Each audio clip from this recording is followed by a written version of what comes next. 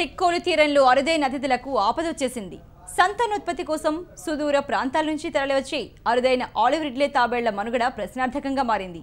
కలుషిత జలాలు, అనధికార వేట వాటి పాలిట శాపంగా మారుతోంది. ఆలివ్ రిడ్లే తాబేళ్ల సంరక్షణను ప్రభుత్వాలు విస్మరిస్తున్నాయి. తాబేళ్ల మృతికి కారణమవుతున్న వారిపై చర్యలు తీసుకోవడంలో అధికారులు విఫలమవుతున్నారు. ప్రభుత్వాల నిర్లక్ష్యం వాటి జీవనానికి ముప్పు తెచ్చిపెడుతోంది.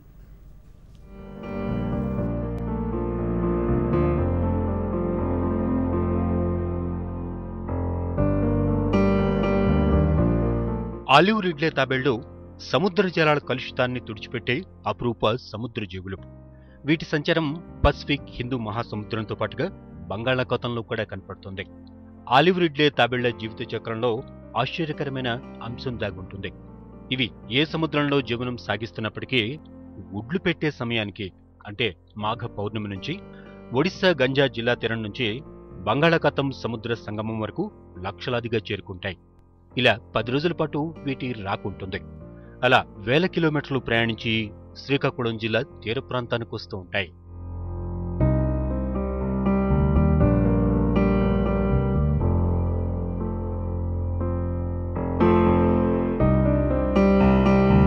సిక్కోలు తీరం సంతానోత్పత్తికి అనువుగా ఉండడంతో కొన్ని రోజుల పాటు ఇక్కడే ఉండి గుడ్లను పెడతాయి. గుడ్లను పొదిగి పిల్లలైన తర్వాత వాటిని తీసుకుని పసిఫిక్ మహాసముద్రంలోకి వెళుతూ ఉంటాయి. దాదాపు 2 నెలల పాటు సిక్కోలు తీరంలోనే ఇవి కనువిందు చేస్తాయి. వేల సంఖ్యలో ఉన్న తాబేళ్లను చూడటానికి పెద్ద సంఖ్యలో సందర్శకులు వస్తూ ఉంటారు. అయితే సముద్ర జలాలు రోజురోజుకి కలుషితం కావడం, విచ్చలవిడిగా యంత్రాలతో చేపల వేట సాగిస్తూ ఉండడం వల్ల ఆలివ్ రిడ్లే తాబేళ్ల ఉనికికి ముప్పు వాటిల్లుతుంది.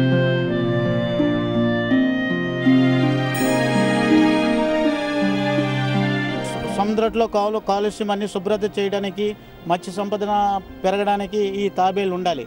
అలాంటి తాబేల్ని మరబోట్లు వచ్చేసి రోజుకి 100,000 ఒడ్డున చేరుతున్నాయి. ప్రభుత్వం మాత్రం 4 నెలలు బంద్ చేయండి అనుకొని తెలియజేస్తున్నారు. మానాటి ఏటగాళ్ళు వెళ్ళలేకపోతున్నాం, ఎందుకంటే ప్రభుత్వము దృష్టిలో వెళితే నేరం అనేసి. కానీ మరబోట్లు మాత్రము అరకట్టలేకపోతున్నారు వాళ్ళు.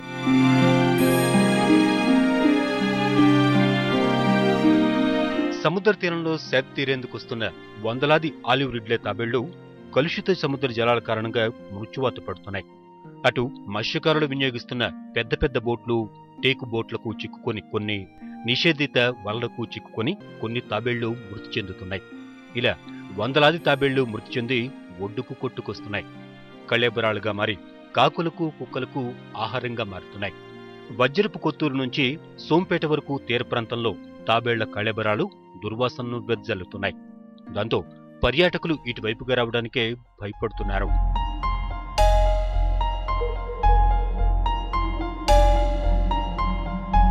పర్యావరణ పరిరక్షణలో భాగంలో ఇది ఆలివ్ రిడ్లే కూడా సంరక్షణ బాధ్యత ఎంతైనా ఉంది. ఈ శ్రీకాకుళంలో పెట్టారు, కానీ దానికి కూడా సరైనటువంటి నిధులు ఇవ్వకుండా, దానికి సంక్షేమ పథకాలను చేపట్టకుండా చేస్తుంది. ఇది మాత్రం కరెక్ట్ కాదు.